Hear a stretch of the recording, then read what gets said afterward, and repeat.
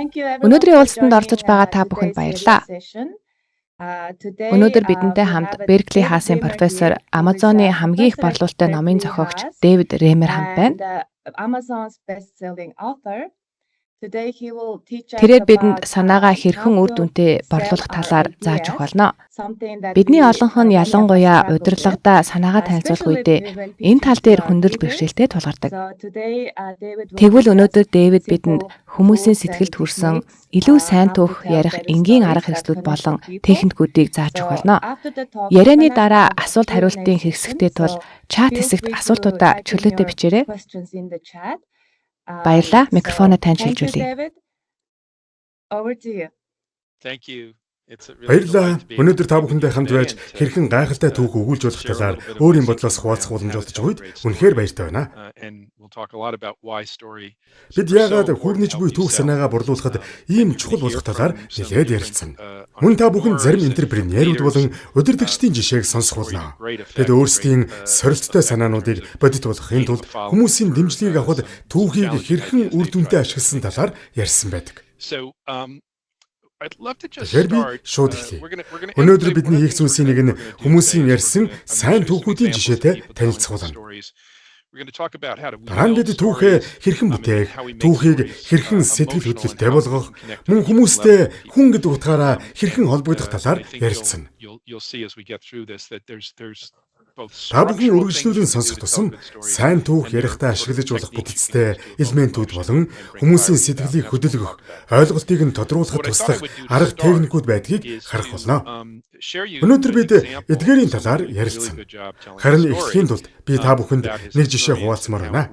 Өөрийнхөө туршлагын талаар маш сайн түүх ярьж, тэр туршлага нь өнөөдөр хийж буй ажлыг нь хэрхэн тодорхойлсон талаар өгүүлж чадсан нэг хүний жишээ. Энэ бол Oishi нэртэй компани үүсгэн байгуулагч Hiroki Kogaгийн түүх юм. Тэр Японы Токиогоос гаралтай бөгөөд саяхан нэг TED Talk хийсэн. Би түүний TED Talk-ийн эхний 3 минутыг үзүүлэх гэж байна. Энэ хэсэг танд хүнийг өөрийн түүх рүү татахын тулд ашиглаж болох сонирхолтой аргуудыг харах боломжтой байна.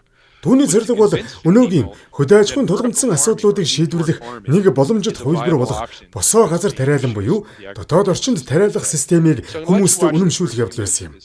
Тэгэхээр би та бүхэнд энэ ярианы эхний хэсгийг үзүүлээд эдгээр техникийг хэрхэн ашиглаж байгааг хамтдаа харах болно. So here's a strawberry, but not just any strawberry. This one can be up to 3 times sweeter than a regular one, just like the ones I grew up eating in Japan. As a child, when I came home and I saw strawberries on the table, it meant we were celebrating something special. Holidays, birthdays, anniversaries. Strawberries are considered the king of fruits in my culture, and they're never sold just as strawberries. They always have their varietal names. Amao, Benihoppe, Tochiotome. Any Japanese person can name a few. Up until now, these strawberries could only be grown under very specific Japanese climate conditions. But today, you can grow them anywhere around the world using our vertical farming technology. By the way, does anyone want to try these strawberries? Yeah? There you go. No fighting over them. We have more. So today I'm going to try to give it a shot and try to convince everyone here that this technology is no longer some futuristic idea, but something that is going to mainstream very quickly, much, much sooner than you'd imagine, by sharing some of our secrets. So, how did I get here? I grew up in Japan. I came to the US in 2015 to pursue my MBA. On the second day of my arrival, I went to the local grocery store in California. I was amazed by the beautiful produce aisle. Green, red, yellow, paprikas side by side. Everything was huge and shiny. The color was incredible. But the taste, I was especially disappointed with strawberries. I thought I was eating a cucumber. Right? I'm sorry. I later learned that this is because the US agriculture system had optimized everything towards mass production as opposed to quality and flavor. But this was the moment that I immediately realized that there's a huge opportunity here if I could grow Japanese quality fruits and vegetables on US soil using vertical farming technology. But back then, experts told me that vertical farms were expensive and they could only grow leafy greens. So your lettuces, your kales, your spinaches, because anything beyond that requires bee pollination, but bees were known not to operate well in a sunless vertical farm environment. But regardless, my partner, Brendan, and I, we decided to tackle this problem and started building our first farm in 2017 with our own hands. As two non-engineer MBAs, we nearly lost a few fingers just trying to cut PVC pipes, almost electrocuted ourselves a few times. But we were really determined to solve one of the world's largest problems that mankind is facing this century, the failing agriculture system. Та бүхэнд TED Talk-ийн хэсгээс товчхон сонирхууллаа. Хэрвээ та илүү ихийг мэдхийг хүсвэл онлайнаар Hiroki Koga TED Talk гэж хайгаарай. Харин одоо түүний хийсэн зарим зүйлсийг харцгаая. Юуны өмнө тэр том алсын хараанаас эхэлсэн. Түүх ярьж буй хүн эсвэл санаагаа борлуулах гэж буй хэн бүхний хийх хамгийн хүчрхэг зүйлсийн нэг бол том мэдэгдлээс эхлэх явдал юм. Түүний том мэдэгдэл нь хүмүүс босоод хараалан зөвхөн навчит ногоон зориулсан жижиг шийдэл гэж боддог цаг үед энэ зүйл үнэхээр боломжтой гэдгийг би та бүхэнд харуулна гэсэн санаа байсан. Ингэснээр илүү тодорхой түүх, арга техник рүү орон ярьж эхлэхэд та түүнийг сонирхож, түүхийг нь дагаж сонсоход бэлэн болдог. Тэр хаана өссөн, ямар туршлага байсан гэх мэт жижиг дэлгэнэнгүй хэсгүүд рүү орсон ч та түүний ярьж буй том зорилгод хүрэхийн тулд сонссоор байх болно. Дараагийн гайхалтай байсан зүйл нь тэр залуу насндаа туулсан хувийн түүхээ хуваалцсан явдал. Тэр гүзээцэгнийг үнэхээр онцгой, үн цэнтэй зүйл гэдгийг ойлгуулахыг хүссэн. Зарим хүн гүзээцэг чинь ердөө нэг жимс шүү дээ гэж бодож магадгүй. Гэхдээ Hiroki өөрийн өссөн газрын хувьд энэ нь ямар ач холбогдолтойг харуулахыг хүссэн юм. Түүний хувьд онцгой өдөр болгоны гол жимс нь гүзээцэг нь байдаг. Бүр тийм онцгой учраас гүзээцэг нь гэж ерөнхийдөө нэрлэдэггүй. Маш тодорхой сортуудын нэрээр дууддаг гэж байна шүү дээ. Тэр гүзээцэг нь өөрийн амьдралд ямар чухал байр суурь эзэлж байсан талаар ярьснаар үн цэнийг нь өргөж байна. Гэртээ эрэхт нь гүзээцэг нь байвал том зүйл болж байна. Ямар нэгэн сайн зүйл тохиож байна гэдгийг мэддэг байсан. Дараагаар нь тэрээр түлхэц өгөх үйл явдлыг дахин бүтээсэн. Түлхэц өгөх үйл явдал гэж юу вэ? Ямар ч түүхийн эхлэл нь тухайн дэлхий нөхцөл байдал ямар байгаагаар нь эхэлдэг. Та эхлээд түүхийн агуулгыг тодорхойлно. Тэгээд дэлхийн ертөнцийг өөрчлөх нэг үйл явдал болж энэ нь ар араасаа дараасан үйл явдлуудыг эхлүүлж эдгээр нь шинэ шийдэлд хүргэдэг. Харин Hiroki-гийн хувьд өдөөгч үйл явдал нь түүний хүнсний дэлгүүрээр зочилсон явдал юм. Тэр хүнсний дэлгүүрт нүдэнд тусах сайхан жимс ногоонуудыг хараад "Өөх, Америкийн хүнсний дэлгүүрийн жимс ногоонууд үнэхээр сайхан харагдаж байна" гэж боджээ. Гэвч гэртээ аваачиж идэхэд амт нь тун тааруухан, тийм ч сайхан амттай байсангүй. Эндээс тэр Америк нэгдсэн улс өнгө ба ургацад анхаарал хандуулдаг бол Японд хамт чанарыг илүүд үздэг юм байна гэдгийг ойлгожээ. Дараа нь тэр энэ бүхнийг шийдэх ямар хэцүү байсан талаар ярьсан. Түүх бүтээж байхдаа та эрсдлийг өсгөх хэрэгтэй. Өөрөөр хэлбэл танд ярих гэж байгаа зүйл амар хэлбэр байгаагүй. Бидний хийх гэж буй ажил үнэхээр амаргүй байсан гэдгийг ойлгуулна гэсэн. Тиймээс та компанид шинэ хөтөлбөр эхлүүлэх гэж байгаа. Эсвэл өөрийн бүтээж буй зүйлийн үн цэнийг хүмүүст ойлгуулах гэж байгаа бол энэ бүхэн амар хэлбэр биш гэдгийг ойлгуулж өгөх шаардлагатай. Hiroki яриагаа энэ технологи анх зөвхөн навчид ногоонд ашиглагддаг. Мөн маш үнэтэй байсан ба зөвгийн тоос хүртээлтийн асуудлыг огт шийдэж чадахгүй байсан талаар ярьж эхлүүлсэн. Наргүй дотор орчинд зөгийг хэрхэн үржүүлэх вэ?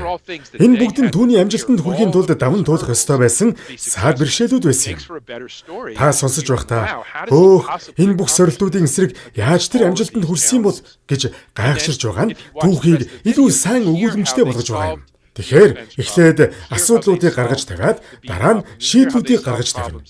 Түүхүүд зэрэгцээ бүтэцтэй байдаг. Бид өгүүлж буй түүхээс учир шалтгаан эрэлхийлдэг.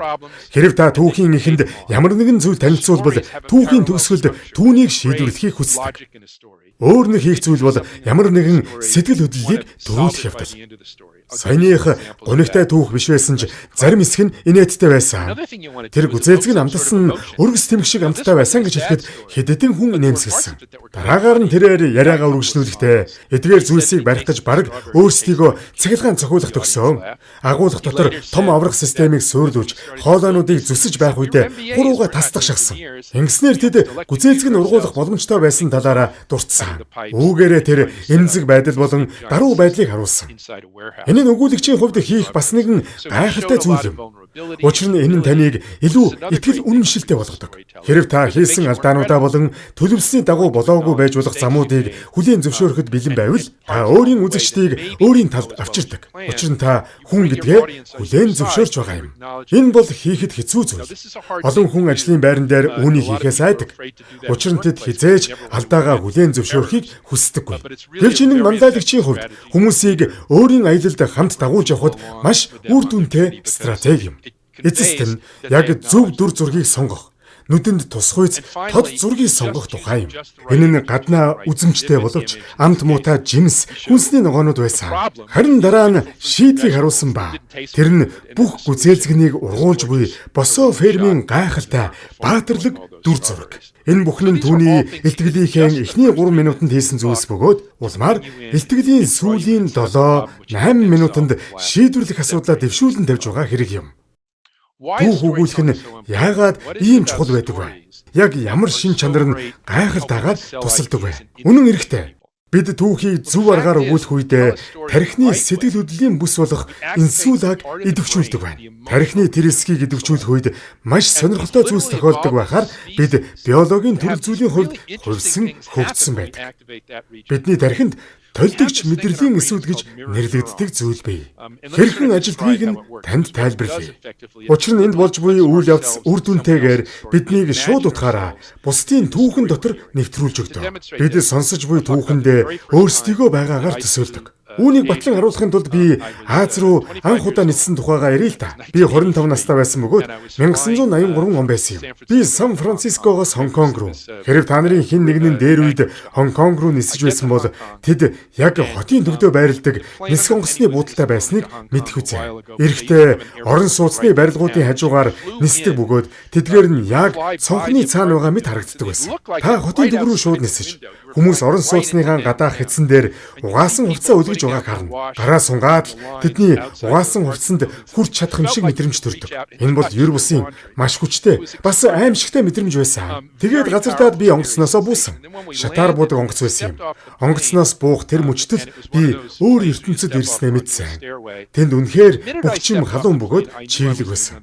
6 дугаар сар байсан тул би тэр даруй хөлөрч эхэлсэн. Хонконгд байх үеийн үнэр 5 төрлийн халуун ногоо болон тэнд болж буй бүх зүйлийн гайхалтай хурц үнэр нис онгоцны буудал дээрч үнэртэж байлаа. Би тэр даруй өөр газар руу шилжсэн мэт мэдрэмж төрсөн. Эдгээр зүйлс тохиолдох үед миний тархинд мэдрэхүйн хэсгүүд идэвхжсэн. Газар тухийн дуу чимээ, үнэрлэх мэдрэхүй, хүрлцэх мэдрэхүй, арьсан дээрх мэдрэмжүүд. Би Хонконг руу хийсэн анхны нислэгийн туршлагыг дүрслэн ярих үед та бүхэн хэсэгэн зур надтай хамт байж, толдогч мэдрэлийн эсүүдийн хүчээр таны мэдрэхүйгч бас идэвхжүүлснээр тэр туршлагыг надтай хуваалцлаа. Хэрв бид түүхийг зөв аргаар ярьж чадвал энэ нь маш хүчтэй зүйл болдог. Түүх өгүүлэх нь ямар нөлөөтэйг судалдаг таны мэдхүйн сэтгэл зүйч Жером Брунер. Хэрв та мэдээлэл, баримт, эсвэл тоон өгөгдлийг яриа хэлбэрээр хүүрнэлээр дамжуулж сонсвол түүнийг санаж үлдэх магадлал 22 дахин ихэлстэй гэж үзсэн байдаг. Энэ бол үнэхээр хүчрхэг зүйл. Учир нь бидний түүх ярих гол зорилгоудын нэг бол өрөөнөөс харах үед бидний түүхээ ярьж өгсөн хүн түүнийг санаж үлдэх, мөн өөрсдийгөө тэр түүхэн дотор байгаа мэтэр мэдрэх явдал юм. Принстоны профессор Юри Хаасан энэ талаар мөн судалсан байдаг. Тэрээр хүүрнэл яриа бол сонсогч тэрхүү түүхийг өөрийн санаа, туршлага болгоход шаардлагатай тархины хэсгүүдийг идэвхжүүлдэг сорын ганц арга зам юм. Өгүүлэгчийн хувьд энэ нь маш чухал. Учир нь та үзэгчтэй ярьж буй зүйлийн чинь дүртэй холбогдож, өөрсдийгөө тэр дүр мэтээр төсөөлөхийг хүсдэг.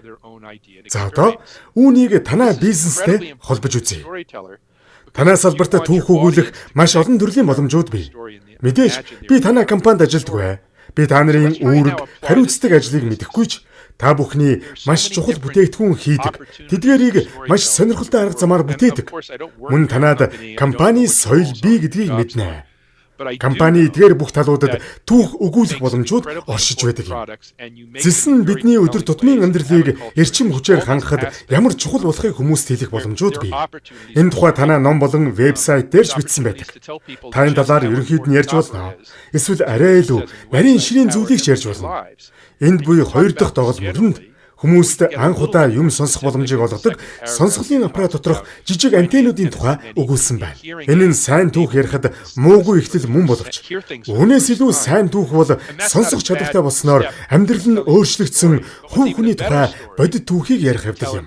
Зэс болон зэсийг ашиглан илүү тогтвортой дэлхийн ертөнцийг бүтээхэд гүйцэтгэх үүргийн талаар маш олон гайхалтай шин чанарууд байдаг тул та бүхний бүтээж буй зүйлийн хүч чадлын талаар түүх хуваалцах нь асар их боломжууд бий.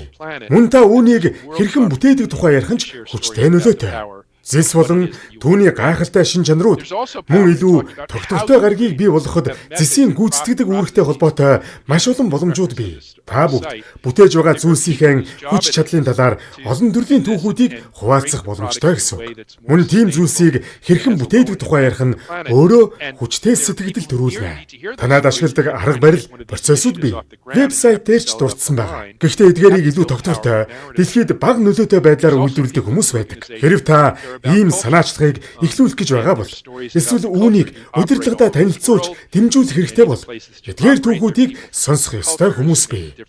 Тиймээс та хүчрхэг өгүүлэмж, итгэл төрүүлэхүйц түүхүүдийг бий болгох хэрэгтэй. Мөн байгууллага дотор соёлд санаа тавьдаг хүмүүс байдаг бөгөөд соёлын тухай түүхүүд тэдэнд чухал. Байгууллагын соёлыг бий болгох хамгийн сайн арга бол тухайн байгууллагын хүмүүсийн тухай, тэдний амьдрал хэрхэн өөрчлөгдсөн, компани нэг хэсэг болсноор гэр бүлийнхэн төлөө амьдралдаа юуг зорж чадсан тухай түүх өгүүлэх явдал юм. Хэрв та ямар нэгэн сэтгэл хөдлөлийг идэвхжүүлж, сонсогч өөрийгөө түүхийн дүр гэж төсөөлөх арга замыг олж чадвал эдгээр бүх түүх хамгийн сайн нь байх болно. Ийм зүйлийг хийхийн тулд бид түүхийг хэрхэн бүтээхээ мэдэх хэрэгтэй.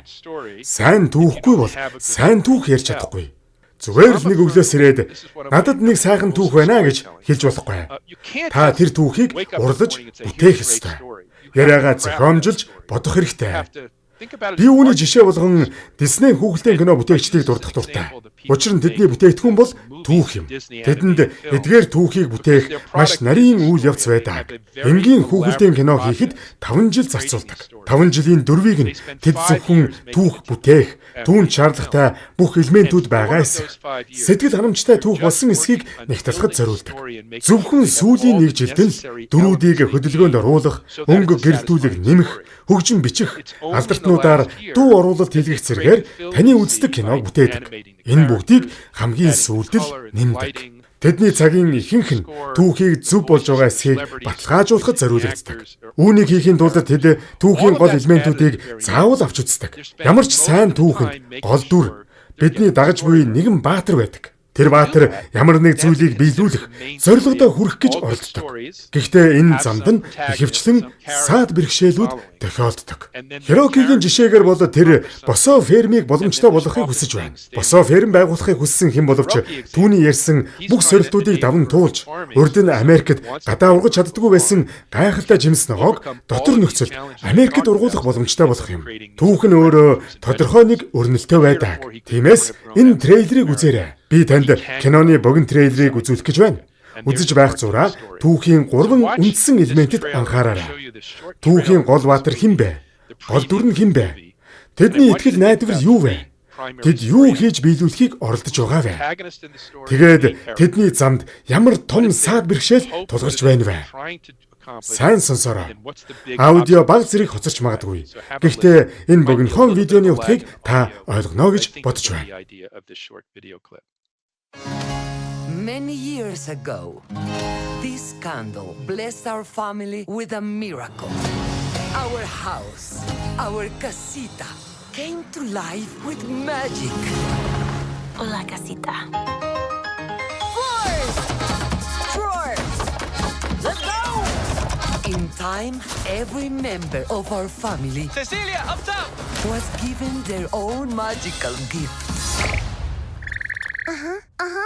I understand you. not super strong like Luisa. The donkey's got out again. On it! Or effortlessly perfect like Señorita Perfecta Isabella.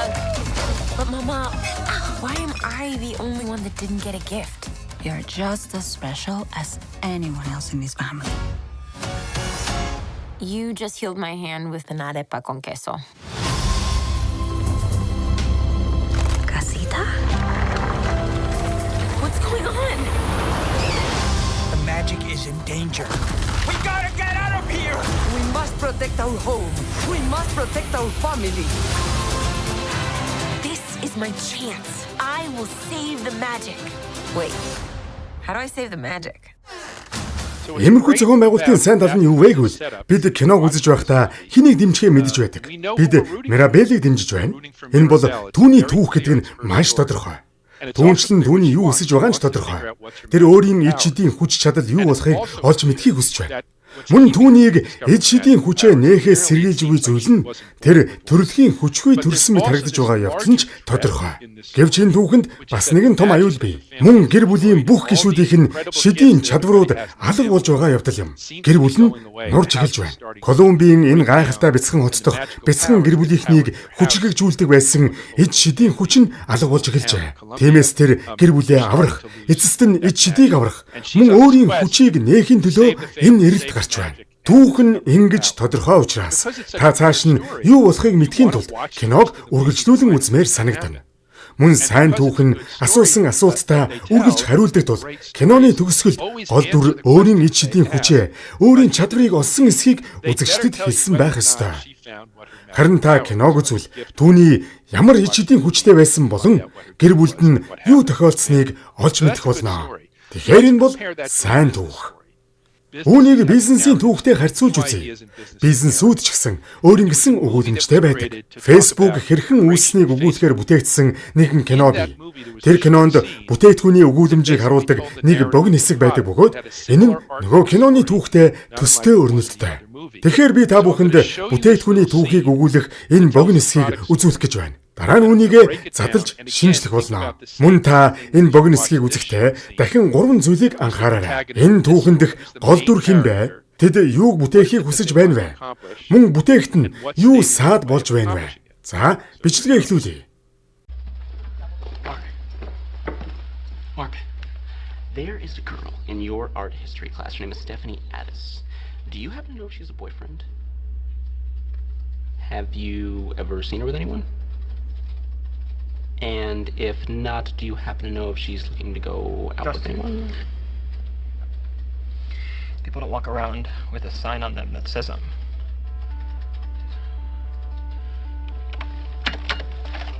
Mark?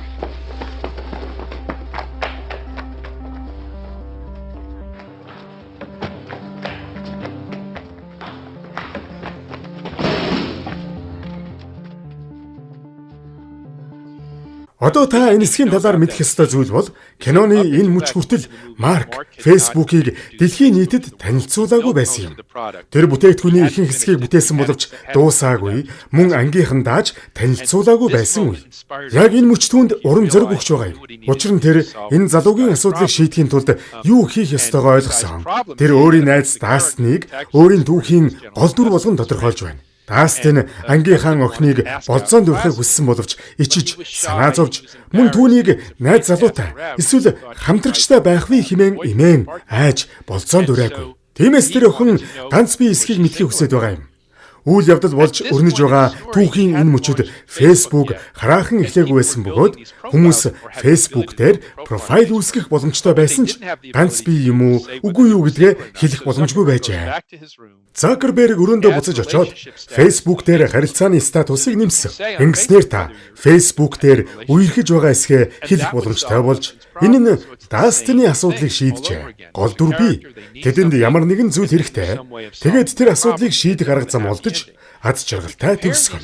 Хэрв бид энэ хоёр түүхийг харьцуулж үзвэл эхний түүхэнд бидний гол дүр болох Мирабель бий. Түүнд тулгарч байсан саад бэрхшээл нь түүнд ямар ч хүч чадал байхгүй мэт санагдаж байсан явдал юм.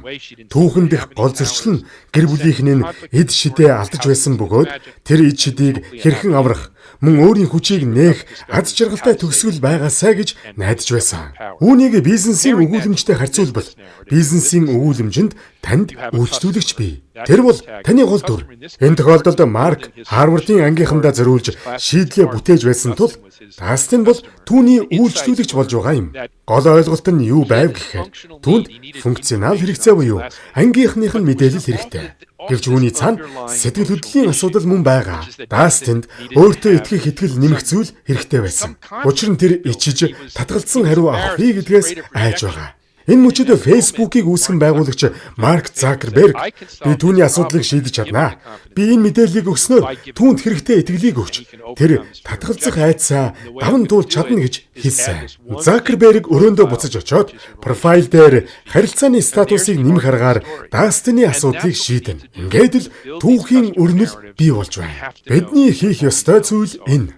Хэрэг бид харилцагчдад зориулсан өгүүлэмжийг бий болгох гэж байгаа бол эдгээр бүх элементүүдийг мэдэх хэрэгтэй. Тиймээс эдгээр өгүүлэмжийг бүтээхэд туслах үүднээс би storyboard хэмээх хэрэгслийг бүтээсэн. Түүхийг өрнүүлэх арга зам нь дараах байдалтай байна. Та харилцагчаас эхэлнэ. Тэр бол таны түүхийн гол дүр. Та түүхэндээ онцлохыг хүссэн зорилттой сегменттэй анхаарлаа төвлөрүүлдэг. Жишээлбэл та компанид эсвэл хүний нөөцийн хэлтэст ажилладаг бөгөөд шинээр ажилд орж буй хүмүүсийг сургах эсвэл дасган ажилуулах хөтөлбөр хэрэгжүүлэх гэж байна гэж бодъё. Тэгвэл таны сегмент нь компанид ажлын гараагаа эхэлж буй хүмүүс байх бөгөөд та дараа нь энэ компанид ажиллаж эхлэх нь ямар байдгийг тодорхойлно. Та хөтөлбөрийг хэрэгжүүлэхийг хичээж буй хүний нөөцийн ажилтны өнцгөөс бус. Харин тусламж хэрэгтэй байгаа хүний өнцгөөс түүхийг өгүүлнэ. Дараа нь та юу хийх вэ гэвэл тэдэнд юу хэрэгтэйг үнэлнэ. Тэгээд би хүмүүсийг таньж мэдэх, юм саана байгааг мэдэх, соёл нь ямар болохыг мэдэх, хизээ асуулт асууж болох, хизээ болохгүй.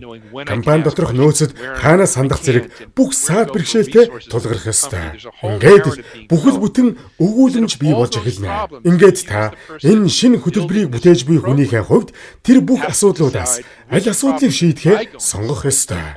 Эдгээр бүх асуудлаас би энэ ганц асуудлыг сонгоод засахыг хичээв. Одоо та түүхээ өрнүүлэх ёстой. Үүнийг шийдснээр ямар үн цэнийг санал болгож байгаагаа хүмүүст хэлж болно. Хэрв би энэ асуудлыг шийдвэл одоо үйлчлүүлэгч энэ тохиолдолд шинэ ажилтан өмнө нь хийж чадахгүй байсан зүйлээ хийж чадна.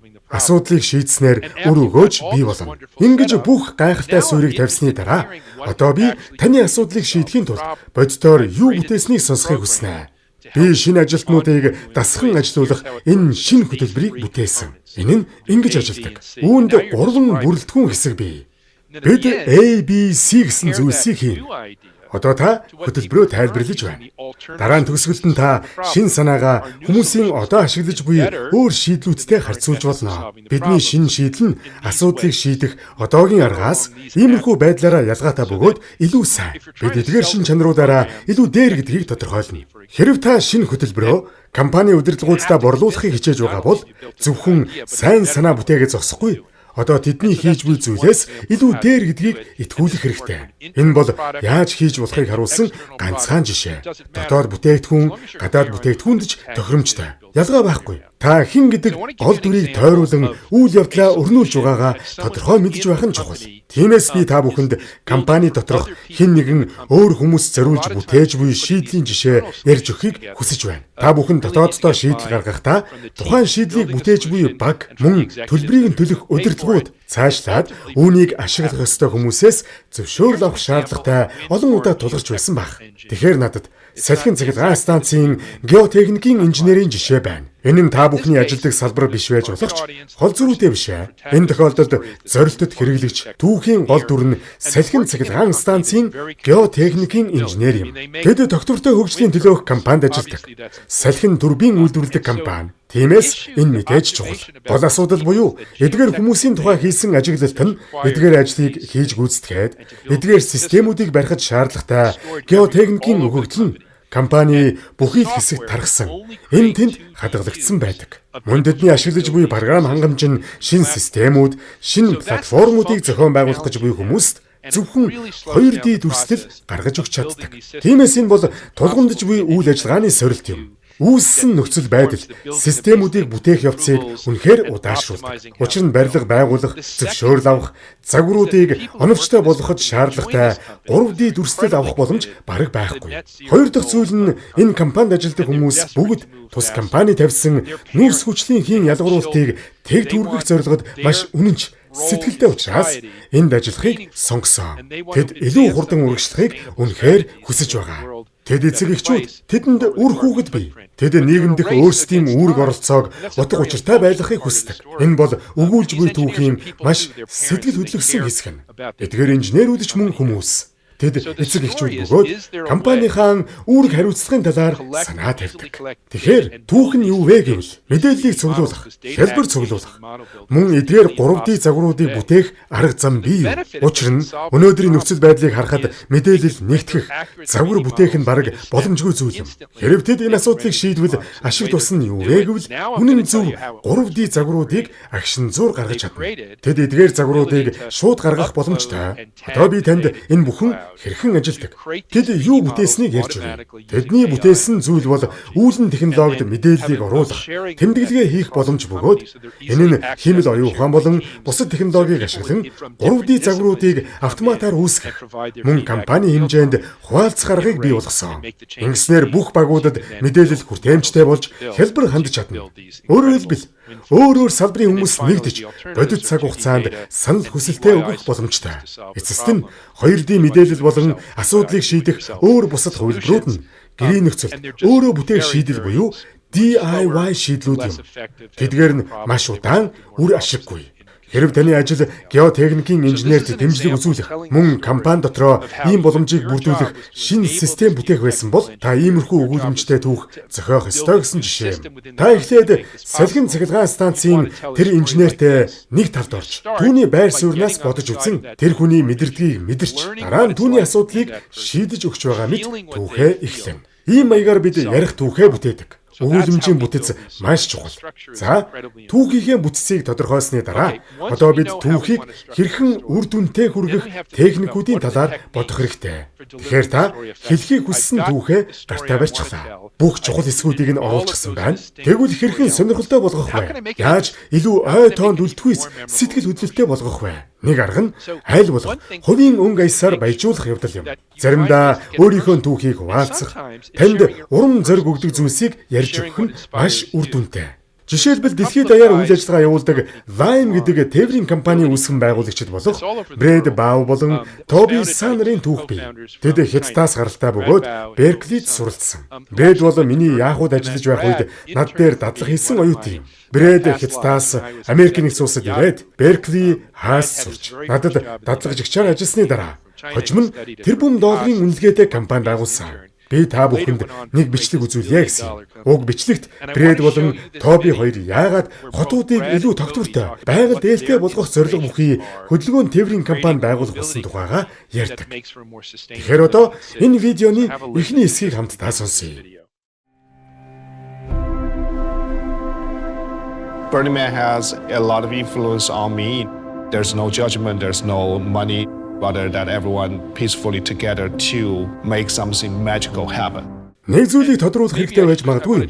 Burning Man бол Америк нэгдсэн улсын Калифорни мужийн хажууд байрлах Невада мужид болдог арга хэмжээ юм. Хүмүүсээ цөлд очиж, урлагийн фестивал зохион байгуулдаг бөгөөд тэнд автомашин байдаггүй. Тиймээс тэд цөл рүү явдаг. Брэд хүмүүстэй моторт тээврийн хэрэгсэлгүйгээр энэхүү гайхалтай туршлагыг мэдрэх боломжийг олгодгоор онцлог тентхийн орчны хүч чадлын талаар ярьж байна. За уучлаарай, үргэлжлүүлээд дахин үзье. Burning Man has a lot of influence on me. There's no judgment, there's no money. Rather that everyone peacefully together to make something magical happen. It's also a high-density environment. 70,000 people and there's no car. It's just mind-blowing.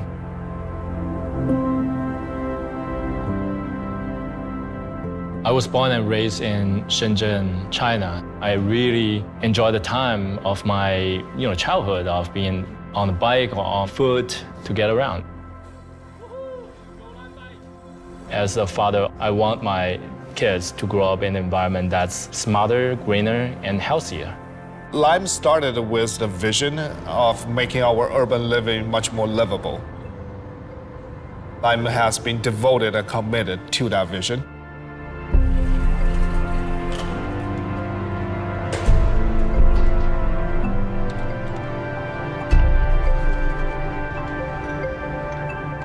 All of the cities that I lived in had a common theme: high density, traffic congestion, bad pollution. We can complain about it, still live the life, in that way, or we can proactively do something about it. And that's exactly what we choose to do. Бичлэгийн дараагийн хэсэгт үүсгэн байгуулагчид нь хотод машин ашиглалгүйгээр эцсийн цэгтээ хүрэх, хэлбэрхэн явах боломжийг олгохын тулд цахилгаан скутер, цахилгаан дугуй, энгийн дугуй зэргийг нийлүүлэн асуудлыг хэрхэн шийдсэн тухайгаа ярьсан. Хоёул өөрсдөд нь урам өгсөн туршлагынхаа талаар ярьж, мөн өөрсдийг нь зоригжуулсан гайхалтай фестивальд оролцсон тухайгаа дурдсан. Түүнчлэн тэд хүүхдүүдэд төгжрөл багтаа бохирдолгүй орчинд өсгөх хүсэлтэйгээ илэрхийлсэн. Бид тэдний энэ амлалтыг мэдснээр ярианд нь улам орсон мэт сэтгэл төрүүлж байна. Тиймээс заримдаа өөрийн хувийн түүхийг хуваалцах нь танд юу урам зориг өгдөг талаар ойлгоход чухал байж болно. Та Рио Тинтод хийж буй ажлаа яагаад хийж байна вэ? Бодож үзэх өөр нэг зүйл бол таны амьдралд эсвэл үйлчлүүлэгчийн амьдралд эргэлтийн цэг болсон түүх бий юу? Тухайн мөчн шийдвэрлэх шаардлагатай асуудлыг тодруулж харуулж байгаа явдал юм. Мөн Берклигийн төгсөгч Сүрбхи Сарна тэрээр залуу байхдаа аимшигтай зүйлтэй тулгарч түүнээс ихээхэн урам зориг авсны үндсэн дээр 250 сая Америк долларын үнэлгээтэй компанийг байгуулсан бөгөөд түүх нь тухайн хүнийг өөрийнх нь өмнөөс илэрхийлж байгаа юм. Тэгэхээр энэ бол түүний эргэлтийн цэгийн тухай түүх юм.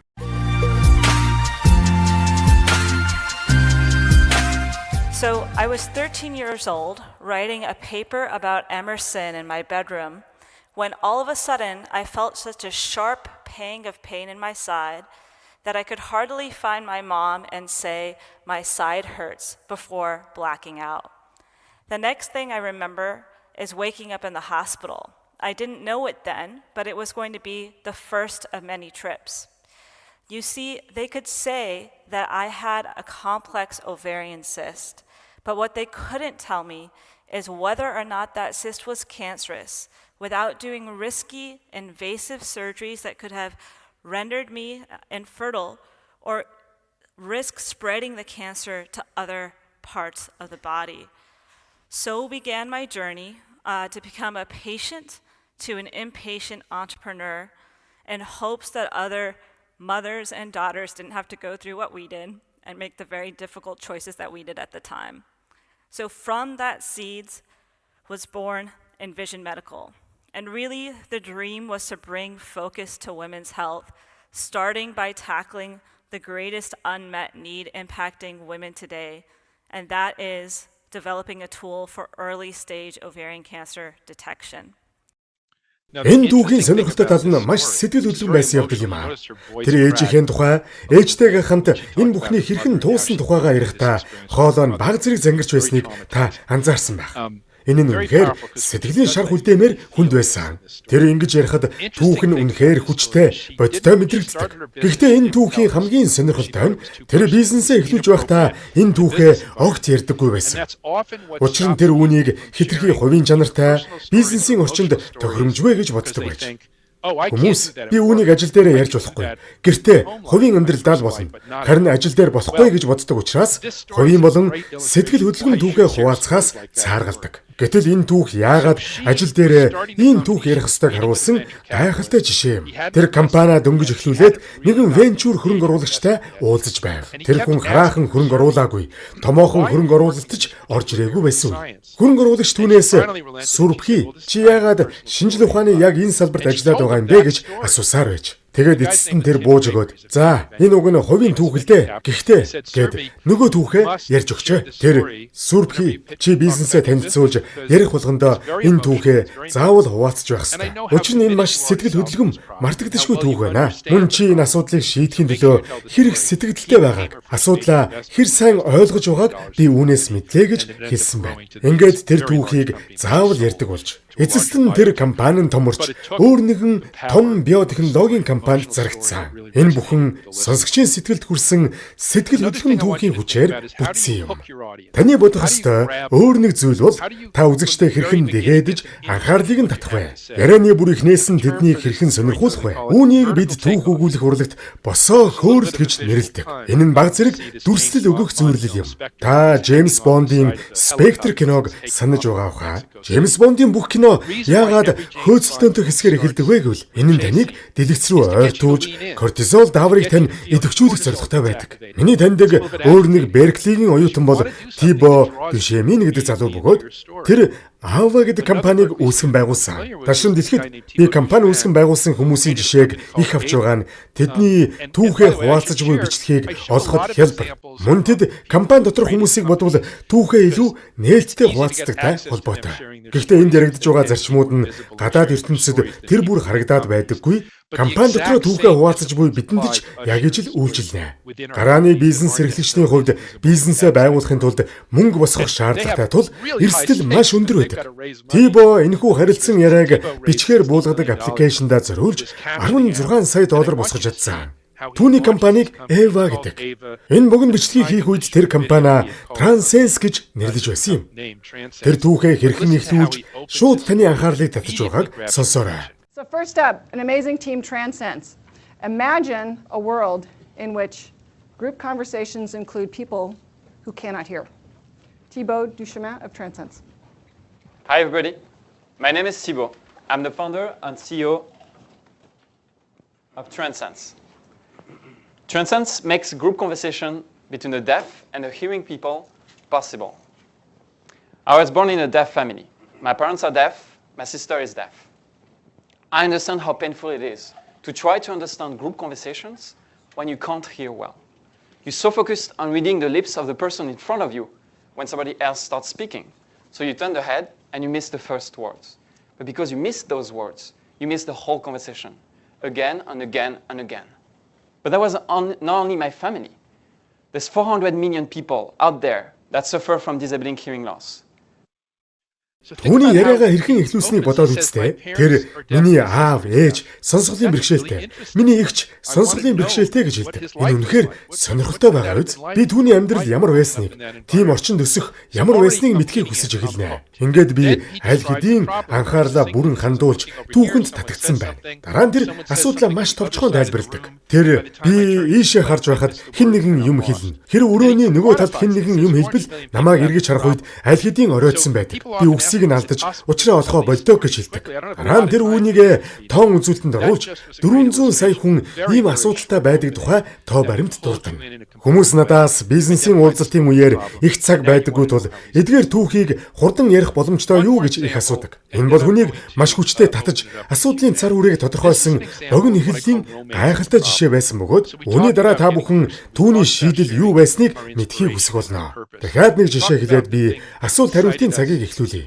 Энэ бол миний асуудлыг тодотгож харуулах гэж нэрлэдэг зүйлийн жишээ юм. Бид хувийн түүхээ ярих, урам зориг болон зорилгоо хуваалцах, бидний чиглэлээ өөрчлөхөд хүргэсэн зүйлсийн тухай ярилцсан. Мөн хүмүүсийн анхаарлыг хэрхэн татах тухайч ярьсан. Бидний хийх ёстой өөр нэг зүйл бол хэрв асуудлыг шийдэх тухай ярих гэж байгаа бол тэр асуудлаа маш чухал том зүйл шиг сонсогдуулах хэрэгтэй. Шанлын бол намайг яахуд байхад надтай хамт ажилладаг байсан хүн. Тэр өөрийн компани байгуулахаар явж Америкийн нэгдсэн улс болон дэлхийн бусад хэсэгт хурмын бэлгийн бүртгэл хийдэг Zola гэдэг $100 сая үнэлгээтэй компани босгосон юм. Та гэрлэх гэж байна гэж бодъё. Тэгвэл хүмүүсээр авахуулахыг хүссэн зүйлсээ жигсаахыг хүснэ. Тэгээд та вебсайт үүсгэж зочид тэр вебсайт руу орж юу авахаа шийддэг. Тэгэхээр үндсэндээ хоёр төрлийн үйлчлүүлэгч байна. Вебсайт үүсгэх ёстой хүмүүс буюу гэрлэж буй хосууд. Мөн вебсайт руу орж тэр хосод юу авахаа шийдэх ёстой хурмын зочид.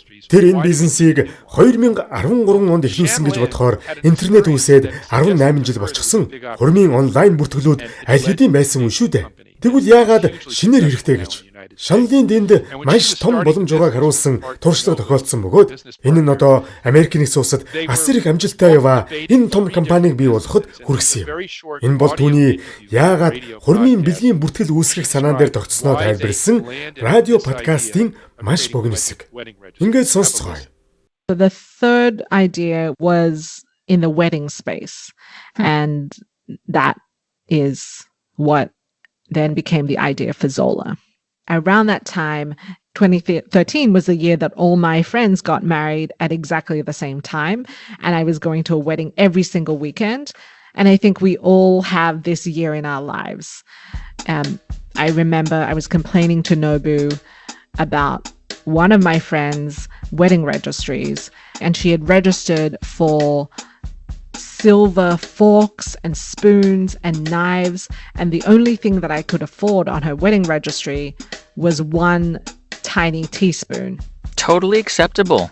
Totally fine. I'm getting you this spoon. I wanted to get her something special that reflected our close friendship, that reflected her passions, and this was not her at all. And so I was so upset that I called her and I said, "What is up with your registry?" And she said, it was such a pain to register at all these different stores. I couldn't handle it anymore. So I just told my mother she could do whatever she wanted. And I don't even know what's on my registry right now. Тэгэхээр тэр найздаа ганцхан цайны халбал авч өгөх боломжтой байсан тэр жижигхэн мөчийг буюу тэр жишээг ашиглан хүмүүст яагаад хэрэглэхэд хялбар, үүсгэхэд амар, сайн шийдэл байхгүй байсныг ойлгуулж үүнээсээ урам зориг авсан хэрэг. За, одоо асуулт хариултын хэсэг рүүгээ орцгоё. Надад хуваалцах өөр олон жишээ байгаач цаг хугацаагаа бодоод та бүхний асуултанд хариулахыг илүүд үзлээ.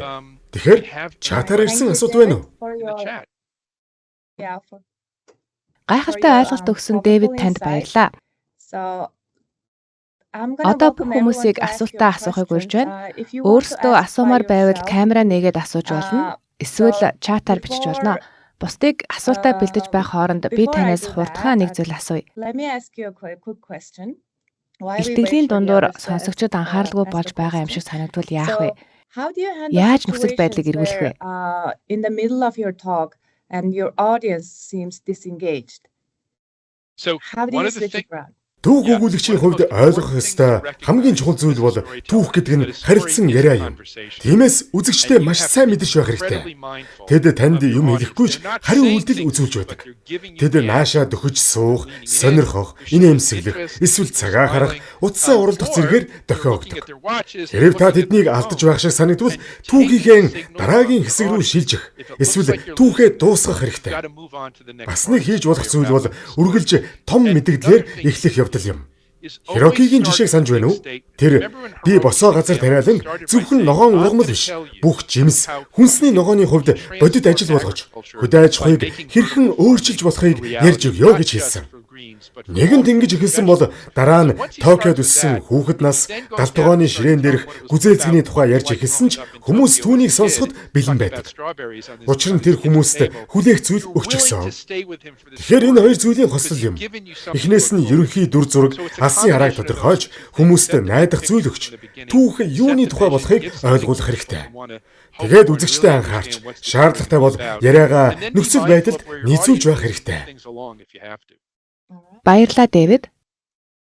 Okay, we have Сайн байна уу? Намайг сонсож байна уу? Okay. Сайн байна уу, Дэвид? Намайг Алунга гэдэг гуай гэж дуудаж болно. Юуны өмнө маш их баярлалаа. Үнэхээр сонирхолтой байлаа.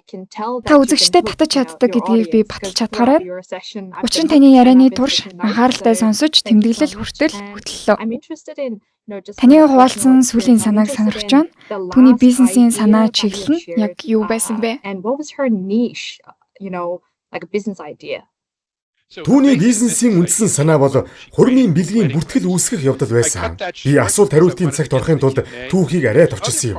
Түүхийн нөгөө хэсэг нь тэр ярилцлагада бизнесийн хамтрагч Нобу дөнгөж гэрэлсэн тухай ярьдаг. Нобу гэрлэхдээ их нэртэйгээ хамт цахим хуудас үүсгэж олон янзын хэрэгслүүдийг нэгтгэх хэрэгтэй болсон бөгөөд 20 өөр платформ ашиглах шаардлагатай байсан гэсэн. Тэгээд гэрлэхээс өмнө бараг салах төгсөн гэж ярьдаг. Тэгэхээр энэ бол хоёр талтай хурмын цахим хуудас юм. Тэрээр гэрлэж буй хүмүүст ийм цахим хуудас үүсгэх маш хувийн шин чанартай болгоход хялбар платформыг бүтээсэн. Тэд би Хавай руу явнаа. Та нар намайг сэлүр завны Түүний сургалтанд суулгаж өгөөсэй гэж хүсэж байна гэх мэт зүйлсийг оруулж болно. Иймэрхүү өөр юмсыг тохиргоог нэмж болдог. Хэрэгтэж амархан. Хэрв та зочин бол илүү хувийн утга учиртай бэлгийг олж болно. Түүний бүтээсэн зүйл бол энэ хоёрыг холбосон платформ юм. Гуа, танд баярлалаа. Ийм хичээлийн нэг бэрхшээл нь би ангийг харж чаддаг. Та нар сонсож байгаа эсэх, таалагдж байгаа эсхийг мэдэх боломжгүй байдаг. Тиймээс таныг идэвхтэй оролцсныг сонсох сайхан байна. Баярлалаа. Баярлалаа Гуа. За, энх болтын эр болдоос асуулт ирсэн байна. Тэрээр гайхалтай түүхтэй байх нь танилцуулга хийхэд тусалдаг нь гарцаагүй.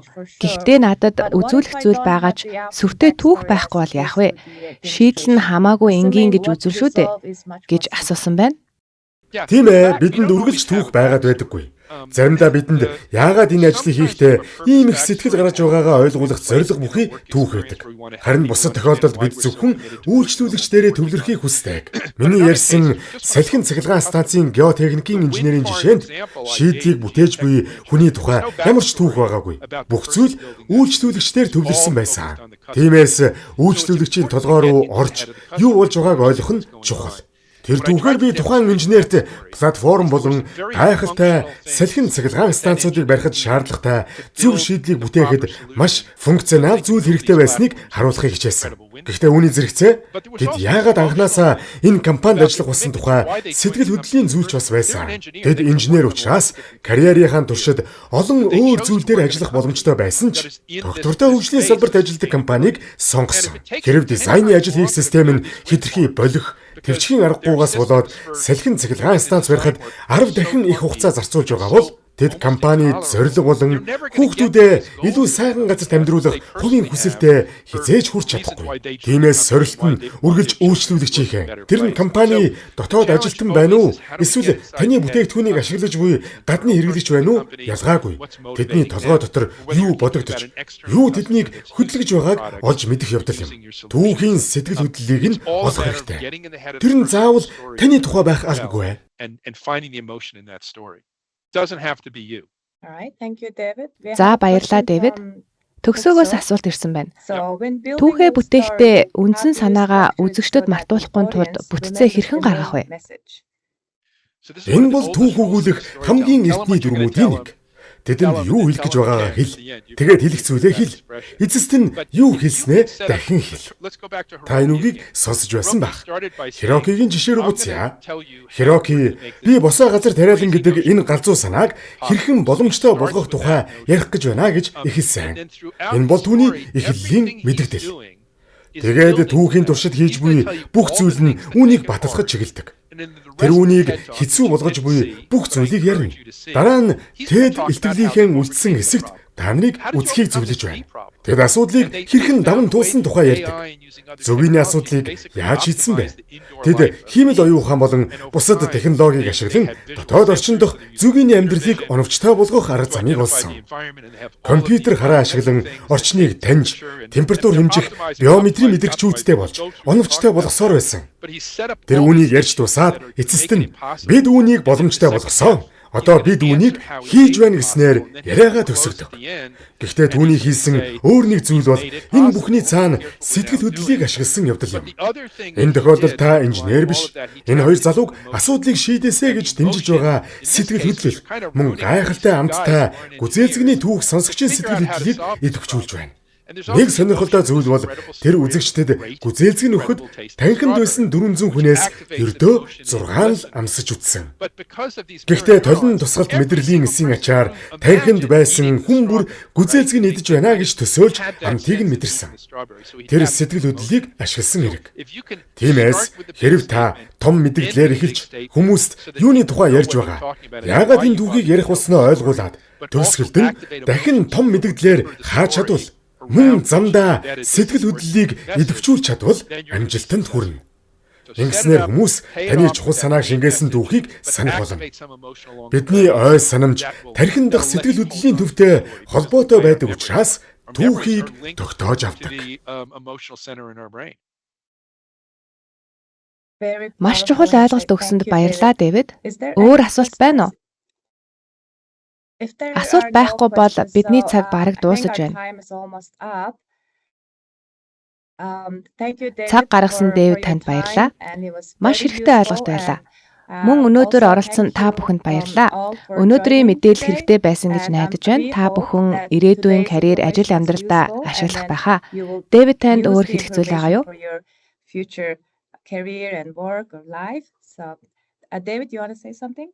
Тийм ээ. Би та бүхэнд хэдэн эргцүүлэх санаа үлдээмээр байна. Нэгдүгээрт сонсогч таны түүхийг аваад цааш бусдад дамжуулж байвал та түүх өгүүлэгчийн хувьд амжилттай байсан гэсэн үг.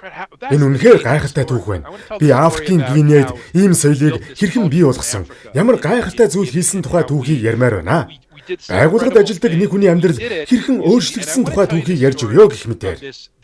Хэрвээ түүхийг сайн ярьж чадвал цааш дамждаг. Түүх дамжих замаар соёл бий болдог. Та дарагдаа ярьж, дарга нь өөр хүнд ярьж, гинэд бүгд энэ гайхалтай түүхийн тухай ярьж эхлэх үед л та шинэ хөтөлбөрийнхөө дэмжлэгийг олж авдаг. Тэгэхээр түүх өгүүлэгчийн хувьд таны зорилго бол сонсогч цааш нь хүнд ярихаар тийм мартагдашгүй, логиктой, сэтгэл татам зүйлийг ярих явдал юм. Би та бүхнийг үүнийг хийхийг уриалж байна.